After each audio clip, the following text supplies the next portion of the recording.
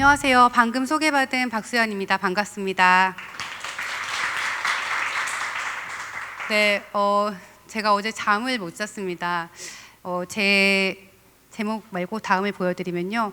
제 이력을 보시면 제가 청소년학을 전공했거든요. 그래서 저는 청소년이 약간 저의 굉장히 요즘 말로 요즘 말 아닌가요 혹시? 최애입니다. 그래서 최애들 만날 생각에 너무 떨려서 어떻게 하면 나의 응원과 나의 마음들이 전달돼서 우리 청소년들, 청년들이 여기서 활동하는 것들을 좀 더 기쁜 마음으로 할 수 있도록 내가 지원할 수 있을까. 그래서 나의 응원이 좀 닿았으면 좋겠다 하는 마음으로 원고를 읽고 또 읽으면서 혼자서 막 고치다가 고치면 안 되는구나 라는 생각을 하면서 다시 돌아오면서 여러분을 만나려고 이렇게 왔습니다. 시간이 20분밖에 없어서요. 제가 정말 재미있게 강의 잘하는 사람인데 오늘은 조금 빠르게 진행하도록 하겠습니다.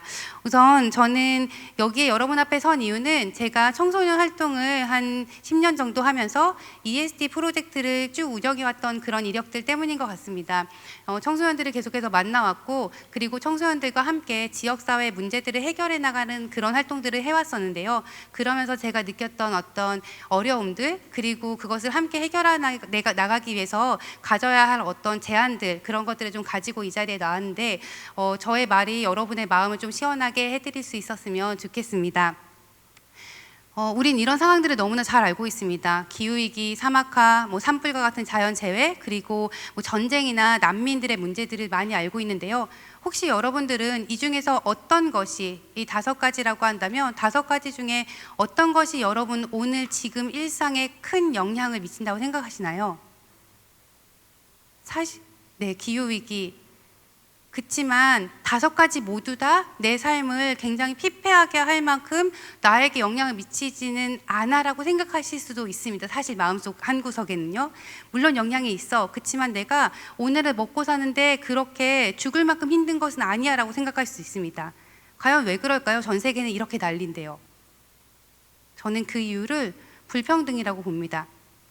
우리는 지금 굉장히 불평등한 사회를 살고 있고요. 그 불평등은 세대 간에, 그리고 세대 내에 굉장히 다양한 곳들에 있습니다. 그렇기 때문에 우리들이 가지고 있는 이 불평등으로 우리는 더 많이 가진 자로 여기 살아가고 있어서 사실은 우리는 생각보다 그렇게까지 불편함을 못 느끼고 살아가고 있을지도 모릅니다. 네, 그런데 함께 살아가기 위해서는 사실은 이 문제들을 우리가 인식하고 어떻게 하면 더 평등하게, 형평성 있게 살아가야 하는지가 굉장히 중요한 이슈가 되는데요. 거기서 이 3가지 이야기를 합니다. 세대, 그리고 필요, 그리고 발전에 대한 개념들을 이야기합니다. 첫 번째로는 세대 간 형평성인데요. 세대 간 형평성은 우리가 많이 들어봤습니다. 지금 현 세대와 미래 세대가 함께 공존하며 살아갈 수 있도록 지금 있는 자원들 너무 많이 쓰지 마세요. 지금 나머지들을 남겨두세요. 우리가 100년 후에 있는 청소년들도 청년들도 우리의 자녀와 그 자녀와 자녀들도 사용할 수 있는 걸 남겨두세요라고 하는 이유로 이야기를 많이 하죠. 세대 간의 형평성을 이야기합니다. 그런데 세대 내의 형평성에 대해서는 사실은 조금 간과하는 경향들이 있습니다.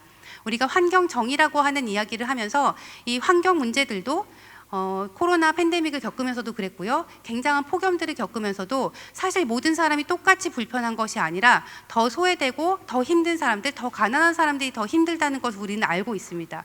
그런데 그럼 우리가 그것을 위해서 무엇을 해야 할까? 사실은 전체적인 말로 어떤 캠페인을 하고 정책을 만들어내는 게 중요한데, 모두를 위한 것 굉장히 중요한데, 그 중에서도 소외받는 사람들, 이 환경 문제에서 더 큰 피해를 받는 사람들을 위해서는 어떤 것들을 해결해야 형평성을 유지할 수 있을까 하는 문제들을 사실은 좀 더 고민해 보면 좋겠다는 생각이 들었습니다. 마하트마 간디는 이런 이야기를 했어요. 이 지구는 모든 사람의 필요를 충족시키기에도 충분하지만 단 한 사람의 욕망을 충족시키기에도 부족하다라는 말을 했습니다. 그 말은 우리가 필요가 무엇인지, 그리고 필요를 넘어선 욕망이 무엇인지를 구분해내지 못하기 때문에 우리가 욕망하는 대로 살아가면서 부족해라고 말하는 것에서 기인하는 것이라고 생각을 합니다. 이런 문제들을 우리가 정확하게 인식하게 하고 그것을 해결하게 하는 일들을 우리 청년들과 청소년들이 할 수 있을 거라고 저는 기대를 합니다. 다음으로는 발전에 대한 개념인데요. 저는 사실 세종시에 살고 있어요. 세종시가 좀 개발이 많이 된 다음에 여기에 왔기 때문에 아주 초창기를 본 것은 아니지만 그럼에도 불구하고 매일매일 이렇게 건물들이 올라가는 걸 보고 있고요. 금개구리가 발견된 그런 문제들을 저도 직면을 하고 있었습니다. 그런데 그런 상황에서 과연 발전이 무엇일까? 건물을 이렇게 높이 세우는 것, 이렇게 편안한 공간을 만드는 것, 인간들이 살아가기에 에어컨 빵빵 나오고 우리가 이런 곳에서 생활하면서 이야기 나누는 것이 과연 발전인가? 우리가 과연 어떤 식으로 생각해야지 발전에 대한 개념을 재정립할 수 있을까라는 그런 고민이 사실은 이 종간 형평성의 문제에서 나타나고 있습니다. 인간종뿐만 아니라 인간이 아닌 다른 종들과의 관계 속에서 우리가 어떻게 형평성을 만들어낼 수 있을까, 가져갈 수 있을까 하는 고민들을 또 함께 해보면 좋겠다는 생각이 듭니다. 제가 역사 얘기를 좀 하려고 했는데요.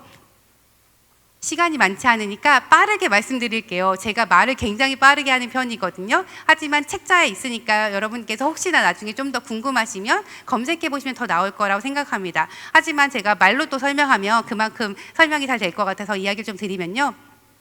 이 환경 문제에 대해서 처음으로 인식하게 된 것은 1962년, 지금으로부터 60년 전이라고 보면 됩니다. 굉장히 오래됐죠. 이 지속 가능하지 않은 지구의 문제에 대해서는 이미 60년 전부터 환경운동을 하는 분들 사이에서 혹은 과학자들 사이에서 문제시 되어 왔습니다. 그래서 레이첼 칼슨이라는 미국의 해양 생태학자는 침묵의 봄이라는 책을 쓰면서 DDT라고 하는 살충제가 어떻게 대량 생산을 위해서 사용되는데 인간의 빈곤을 해결할 수 있을지 모를지언정 우리들의 환경들을 파괴하면서 결국 인간을 파멸로 이끌 것이다라는 경고를 하게 됩니다. 이때 이 책을 비하인드 스토리는요, 이 책을 언론사에다가 제보를 했는데 이분이 거의 살해 위기까지 나가면서 사람들이 굉장히 이 사람들을 반대했다고 해요. 이 책을 내는 것까지. 그런데도 불구하고 이 책을 내면서 결국은 이 책으로 인해서 미국의 환경 관련한 법안이 통과되기도 했습니다. 그렇게 하고 1972년 10년이 지난 후에 로마 클럽이라고 하는 전 세계 지식인들이 모이는 클럽에서 성장의 한계라고 하는 책을 발간하게 됩니다. 그래서 우리 지구가 이제 더 이상 성장할 수 없다. 성장에는 한계가 있으니까 그걸 생각하면서 성장해야 한다는 이야기를 하게 되고요. 우리가 스톡홀름 회의라고 잘 알고 있는 UN 인간환경 회의가 같은 해 6월에 열렸는데요. 이때 인간환경 선언이라는 것을 하면서 여기에서 환경 문제와 또 빈곤 문제와 사람들과의 관계에 대한 이야기들을 하기 시작합니다. 환경교육의 방향을 제시했다는 그 트빌리시 선언은 그로부터 5년 후인 1977년에 있었고요. 그러고 나서 또 10년 후에는 지속가능 발전이라는 것의 개념이 처음으로 등장한 이 우리 공동의 미래라는 책이 발간되게 됩니다. 그리고 우리 모두 다 너무 잘 알고 있는 리우 환경회의라고 알고 있는 1992년 UN 환경개발회의가 브라질 리우 데자이네이루에서 열렸는데요. 거기에서 21세기를 위한 의제라고 해서 40장에 걸친 그런 선언문을 만들게 되고 그것이 의제 21이라고 발표가 되죠. 여기에서 처음으로 교육의 이야기를 합니다. 40장 중에 36장에서 교육과 홍보 이야기를 하면서 어떻게 하면 이렇게 환경 문제, 지속 불가능의 문제를 해결하기 위해서 교육이 역할을 할 것인가 하는 이야기를 하게 된 것이 바로 이 리우 회의에서였습니다. 그리고 나서 2000년에 전 세계 절대 빈곤의 수를 절반으로 줄이겠다고 하는 새천년 개발 목표가 나타납니다. 사실 지금 여기 계시는 우리 청소년들, 청년들 분들 중에서 왜 저 사람이 갑자기 환경 얘기를 하러 왔는데 우리는 빈곤 얘기를 하지? 라고 생각하실 수도 있는데요.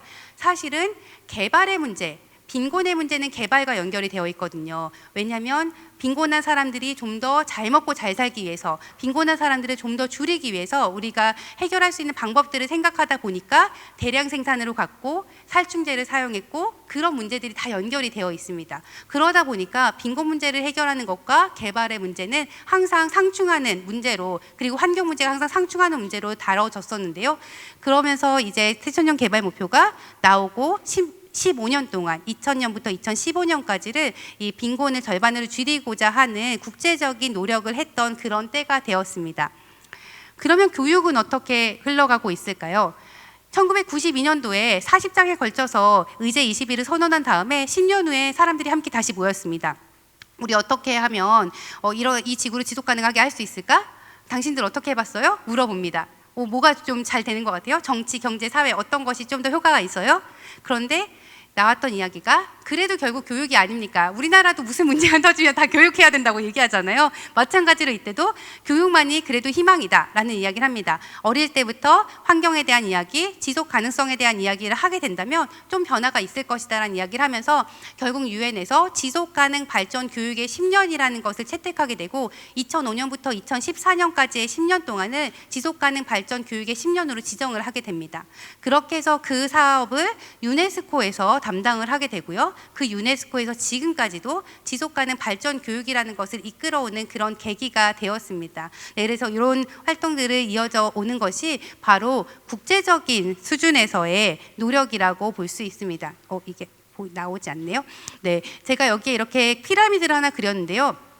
사실은 국제적인 수준의 노력들은 지금까지 계속해서 있어 왔는데 그것들이 어떻게 국내 어떤 국가적인 수준으로 아니면 그것이 도시적인 수준으로 아니면 개인적인 수준으로 내려올 것인가, 혹은 우리가 지금 개인적으로 굉장히 많은 일들을 하고 있는데 이 개인적인 일들이 어떻게 도시적으로, 국가적으로, 그리고 국제적으로 이거 연결될 것인가에 대한 문제가 사실 우리에게 남아 있습니다. 그런데 다행인 것은 지금은 굉장한 초연결 사회라고 사람들이 이야기하는데요. 우리가 우리 청소년들 특히 잘 쓰는 SNS, 인스타그램을 통해서 정말 전 세계 청소년들과 만날 수 있고 그런 연결들이 만나서 오히려 국제적인 목소리를 내는 것이 더 쉬워진 그런 시대가 되었습니다. 그래서 이런 연결들을 여러분이 활동하는 데 있어서 항상 생각을 하면서 이 연결을 어떻게 더 강화할 수 있을 것인가, 그리고 국제적인 이야기들은 또 혹은 이런 아시아 대륙의 지역적인 이야기들은 어떤 것들이 있을까, 우리나라만 생각하는 것이 아니라 그런 연결들 안에서 여러분의 활동들을 위치시킨다면 훨씬 더 풍성하고 그리고 여러분이 정말 변화를 실제적으로 만들어낼 수 있는 그런 일들을 할 수 있지 않을까, 그런 기대로 여러분께 이런 말씀을 드립니다. 우리나라에서 굉장히 많은 노력을 해왔죠. 정말 지난 한 2, 3년 동안의 변화가 지난 30년 동안의 변화보다 훨씬 더 많았다고들 말씀들을 하십니다. 작년에는 교육기본법이 개정되었고요. 그래서 국가와 지방자치단체는 모든 국민이 기후변화 환경교육을 받아야 한다라고 이야기를 하였습니다. 그리고 환경부와 교육부가 함께 이제 이것을 의무화해야 한다라는 이야기도 했는데요. 사실 의무화라는 게 쉬운 일이 아니긴 하지만 그럼에도 불구하고 이렇게 정부에서 열심히 해주셨을 때 우리가 이 기회를 만들어서 이걸 정말로 실현할 수 있도록 만드는 것은 사실은 정부에서만 할 수 있는 것이 아니라 각자 자신의 역할들을 해나가는 각자 시민들의 역할이라고 저는 생각을 합니다. 그래서 저는 또 저의 역할로서 이렇게 말하고 다니는 거고요. 또 제가 할 수 있는 연구들을 하는 거고요. 또 여기 계시는 청년분들, 청소년분들은 지역에서 학교에서 하실 수 있는 그런 활동들을 하시는 거고, 아마 여기 국가환경교육센터에 계시는 분들은 또 하실 수 있는 지원들을 하는 거라 생각합니다. 그렇게 각자의 노력들이 만났을 때 우리가 어떤 시너지를 낼 수 있을 거라 생각하는데요. 그럼에도 불구하고 이제 청년 포럼이니까, 청소년 포럼이니까 청년들은 과연 뭘 하나, 청소년들은 뭘 하나를 좀 이야기해 보려고 하는데요. 우리가 너무 잘 아는 그레타 툰베리 이야기 안 해도 될 것 같고요. 그 옆에 있는 이렇게 플라스틱 비닐을 막 감싸고 있는 친구는요, 태국의 사티타나산이라는 친구인데, 이 친구는 학교 갔다 집에 오면 이런 과자 회사 같은데 고객센터에 전화를 한다고 합니다. 그래서 전화를 막 해서 한 2시간 정도, 나는 이런 사람인데 당신들이 사용하고 있는 이 과자 봉지가 이런 것이더라. 근데 이거는 플라스틱이니까 좋지 않다. 이거 이렇게 좀 바꿔보면 어떻겠냐라는 그런 이야기를 그냥 고객센터에 있는 직원한테 했던 그런 활동을 굉장히 꾸준히 했던 친구였고요. 그리고 저 오른쪽 밑에 있는 칸구잠이라고 하는 인도 친구는 저 뒤에 메고 있는 것이 그 공기청정기를 스스로 만든 것인데, 인도에는 굉장히 공기가 안 좋은 걸로 유명하잖아요. 인도 뉴델리에서 저거를 가지고 1인 시위를 했던 그런 친구의 모습입니다.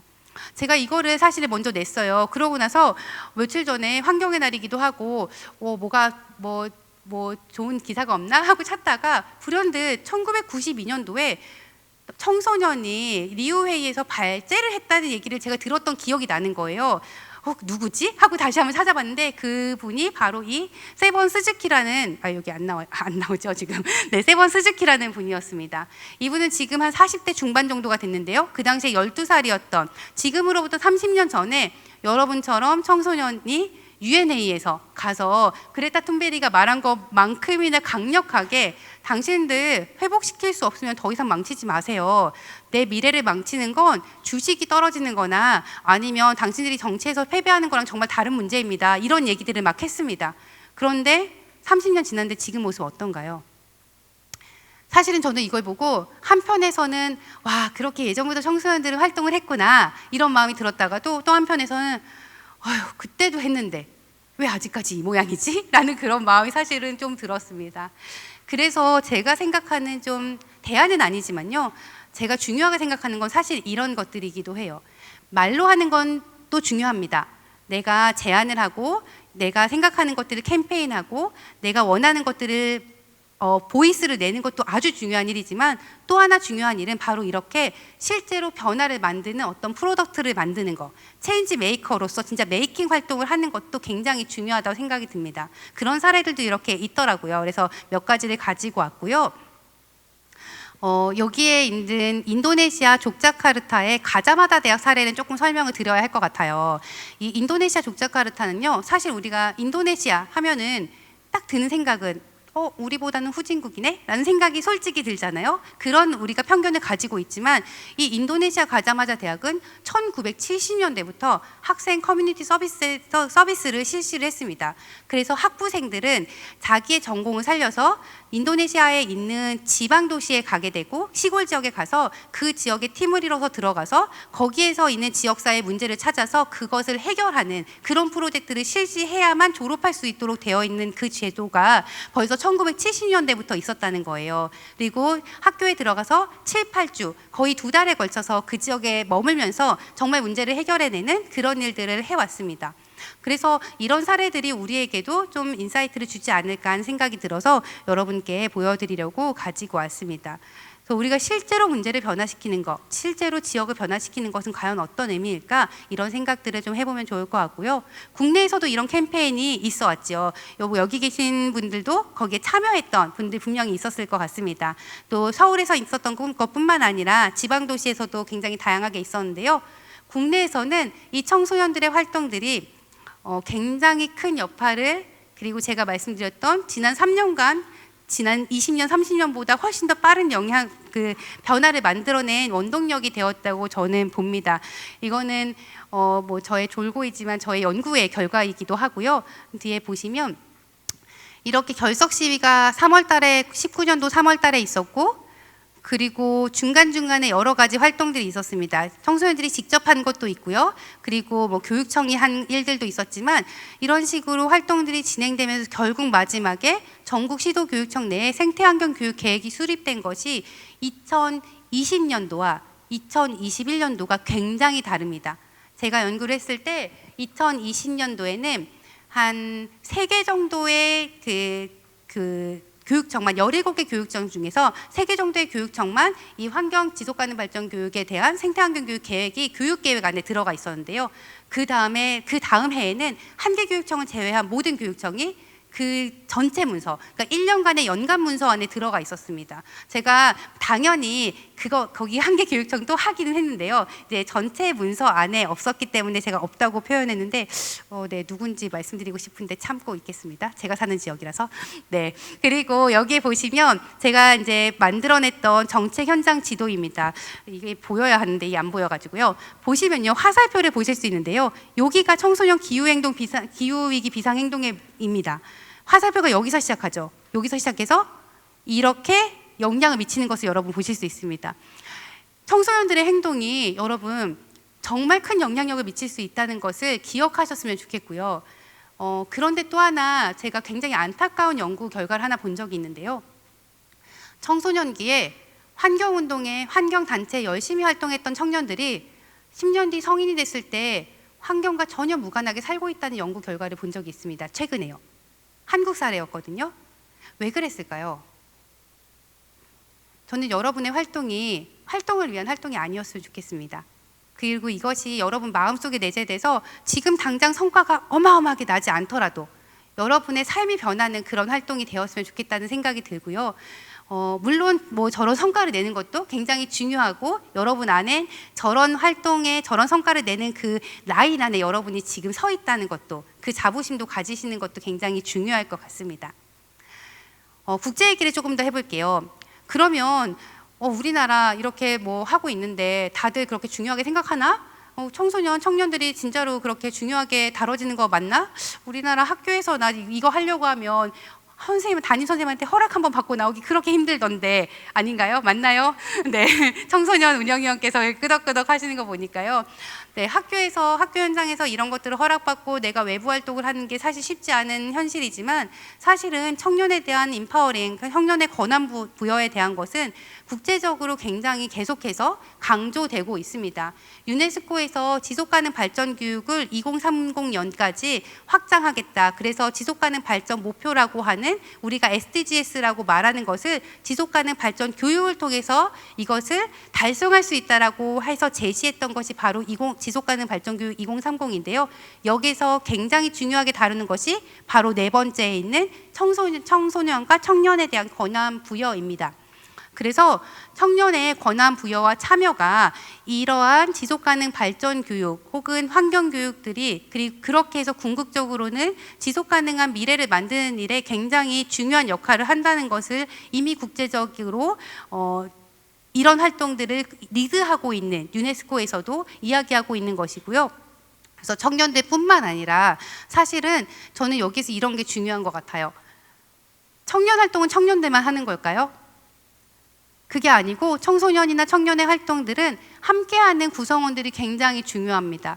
여러분에게는 여러분 주변에 있는 청소년 우리 운영위원들도 중요하지만 옆에 함께 우리와 마음을 맞춰주고 있는 파트너들, 그러니까 저도 항상 제가 맨날 청년이라고 말하고 다니는데요. 청소년은 조금 심한 것 같아서. 근데 이렇게 청소년의 마음, 청년의 마음들을 가지고 있는 사람들과 네트워킹을 하면서 내가 저 사람은 청년이 아니니까 우리 그룹에 들어올 수 없어 이렇게 배타하는 것이 아니라 오히려 여러분의 그 영역들을 훨씬 더 확장할 수 있는 부분들이 이 여러 사람들과의 네트워킹, 그리고 여러분을 지지하고 싶어하는 많은 안 달라있는 어른들이 너무나 많이 있습니다. 그런 분들과의 네트워킹을 잘 만들어가면 좋겠다는 생각이 들고요.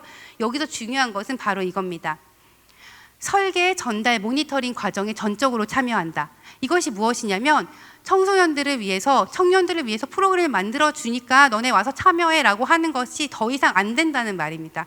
여러분도 그것을 거부하시면 좋겠고요. 뭐 거부까지는 아닐 수도 있지만 앞으로는 내가 만들어서 내가 참여하고 내가 모니터링을 하고 그래서 내가 내 주변의 친구들, 청소년, 청년들을 더 참여시키겠다라는 그런 마음으로 함께 좀 더 주도적으로 참여할 수 있으면 좋겠다라는 것이 사실은 저의 생각이기도 하지만 유네스코에서부터 하고 있는 그런 다양한 생각들이라는 말씀을 드립니다. 제가 이렇게 말을 많이 할 줄 알았어요. 시간이 2분밖에 남지 않았는데요. 제가 말씀드리는 제안을 간단하게 말씀드리고 마무리할까 합니다. 중요한 건 정치의 변화입니다. 지금 올해 아시다시피 선거권 연령이 2019년도에 낮아졌죠. 근데 올해 처음으로 선거가 있었기 때문에 올해 처음으로 50만 명의 유권자가 새로 생겼는데 그들은 다 청소년입니다. 그러면 청소년들이 얼마나 정치에 참여하느냐에 따라서 청소년들을 위한 정책, 청년을 위한 정책이 얼마나 나올 것인가가 나오겠죠. 여러분께서는 그 투표의 중요성을 깨달아야 하고 그것을 아마 아실 거예요. 여기 있는 사람들한테 제가 이런 말 해도 소용없죠. 사실은 다 아는 분들 여기 앉아 있을 거라 생각합니다. 그런데 그것들을 알리고 거기에 대한 권한과 책임의식을 가지고 투표에 참여하는 거 굉장히 중요할 것 같고요. 두 번째는 교육의 변화입니다. 여기 교육 관계자들이 좀 계시는지 모르겠는데요. 지속가능한 미래를 위한 교육에 뭐 환경교육이네, 저도 지속가능 발전 교육을 얘기하고 있고 생태전환 교육이라는 용어를 사용합니다. 용어는 다 소용없으니까 없다고 생각합니다. 어떤 용어를 써도 상관이 없고요. 중요한 것은 지속가능한 미래를 위한 교육이냐 아니냐. 그러면 지속가능 미래를 위한 교육이 무엇이냐? 변화를 만드는 주체로서의 경험을 하게 하는 교육이 바로 지속가능한 미래를 위한 교육이라고 생각을 합니다. 밑에 있는 유네스코의 여러 가지 학습 방법에서도 그런 이야기를 하고 있고요. 간단한 3가지 제안을 제가 좀 썼는데요. 유아교육부터 고등교육까지 사실 유초, 중, 고등학교의 교육과정이 체계화되는 것이 굉장히 필요합니다. 지금 사실 굉장히 노력을 하고 계세요. 열심히 하시는 선생님들로부터. 그런데 유치원에서 하는 거나 초등학교에서 하는 거나 고등학교에서 하는 거나 다른 게 없습니다. 왜냐하면 처음 시작할 때 처음 시작이기 때문에 처음부터 하게 되거든요. 그런데 우리가 1차 방정식을 배운 다음에 2차 방정식을 배워야 하는 거잖아요. 그러니까 계속해서 1차 방정식만 가르치지 않고 2차 방정식, 3차 방정식으로 나아갈 수 있도록 고도화시키는 작업이 필요하고, 그것을 위해서 체계적으로 성취 기준들을 마련하는 것이 굉장히 필요합니다. 교육부 관계자 안 계신가요? 네, 어쨌든 안 계시는 것 같고요. 그리고 두 번째로는 이것을 위해서 중요한 것은 바로 예비교사들을 의무교육시키는 것입니다. 예비교사 교육이 왜 중요하냐면 특히나 중등교육 같은 경우에는 교과목별로 다 이렇게 단절이 되어 있잖아요. 그렇기 때문에 환경교사가 아니고서는 환경 문제를 다루는 거 굉장히 어렵습니다. 선생님들이 똑똑하다고는 하지만 그 분야에만 똑똑하거든요. 그러니까 대학교에서 예비교육을 할 때부터, 교사 교육을 할 때부터 이런 교육직 과목을 의무교육하는 것이 굉장히 중요하다 생각이 들고요. 대학 차원에서는 아까 가자마다 대학의 사례와 같이 이런 지역 커뮤니티 서비스 같은 것을 자신의 전공 영역을 기반으로 해서 활동할 수 있도록 연결시키고 그것을 학부의 졸업 요건으로 제시한다고 하면 여기선 두 가지 효과가 있는데요. 지역사회와의 연계에서 대학이 살아남을 수 있는 역할이 될 수도 있고요. 또 대학생들이 이제 내가 졸업하고 진로를 찾아가는 과정에서 내가 가지고 있는 이 전공 영역이 과연 어떤 역할을 할 수 있을지에 대한 생각을 할 수 있습니다. 그래서 결국은 어떤 직업이 모두 다 환경운동가가 될 수는 없잖아요. 그러니까 내가 어떤 직업인이 되던가 간에 내가 살아가는 그 삶에서, 내가 하고 있는 그 일에서 이 지속가능한 미래를 위한 태도와 가치를 가지고 있는 그런 사람으로 클 수 있도록 대학 교육을 전환시키는 것이 굉장히 중요합니다. 네, 청소년 기관단체는 학교와 지역사회를 잇는 가교가 돼야 됩니다. 사실 청소년 기관단체가 굉장히 많은데요. 하고 있는 활동, 제가 청소년학을 전공했지만 하고 있는 활동이 너무나 천편일률적입니다. 그렇기 때문에 훨씬 더 깊이 있는 것들을 청소년 활동을 전문성을 가지고 할 수 있기 때문에 그것과 학교 교과 교육을 하고 있는 교사들과의 협업을 통해서 융합적인 프로젝트를 진행하는 일들을 할 수 있도록 이런 가교 역할을 했으면 좋겠고요. 네, 그리고 청소년 참여의 플랫폼이 청소년 참여위원회와 같은, 물론 그것도 중요하지만 굉장히 정형화된 것을 좀 더 벗어나서 혁신적인 플랫폼을 만드는 것이 중요합니다. 네, 마지막입니다. 네, 죄송합니다. 시간을 2분 오버했네요. 청년단체와 평생학습기관은 세대 간의 협업을 할 수 있도록 세대 간 협력 체계를 구축하는 것을 할 수 있는 기관입니다. 유일하게 평생학습기관이 할 수 있습니다. 그 일들을 하셨으면 좋겠고요. 환경교육 지원 체계는 국가환경교육센터, 그리고 광역환경교육센터, 지역환경교육센터가 다 예산의 출처와 행정 지원의 출처가 다 다릅니다. 그렇기 때문에 국가에서 하는 일이 광역으로도 지역으로도 내려가지 않고 지역이랑 광역에서 하는 일들이 위로 올라가지 않는 것을 제가 너무나 많이 봤거든요. 그런데 그것이 서로 협업할 수 있도록 하는 것, 그래서 지역이 가진 맥락과 지역이 가진 자율성을 보장하면서도 그 교육의 질을 높일 수 있는 방법들을 좀 강구하는 것이 필요한 것 같습니다. 네, 제가 20분 진짜 지키려고 했는데 죄송하고요. 여러분하고 함께 지금 이야기 나눈 것들이 사실 어떤 부분에서는 조금은 되고 있는 거, 이미 하고 있는데? 라고 생각하는 것도 있을 수 있고요. 어떤 것들은 저걸 언제? 어느 세월에? 이런 생각이 드는 것도 사실 있을 겁니다.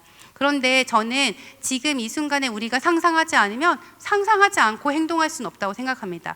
행동하지 않으면 아무것도 일어나지 않기 때문에 우리가 지금 만약에 당장 큰 변화를 만들 수 없다면 지금 이 자리에서 함께 상상하는 것부터 함께 시작하면 좋겠습니다. 너무 긴 시간 들어주셔서 감사합니다.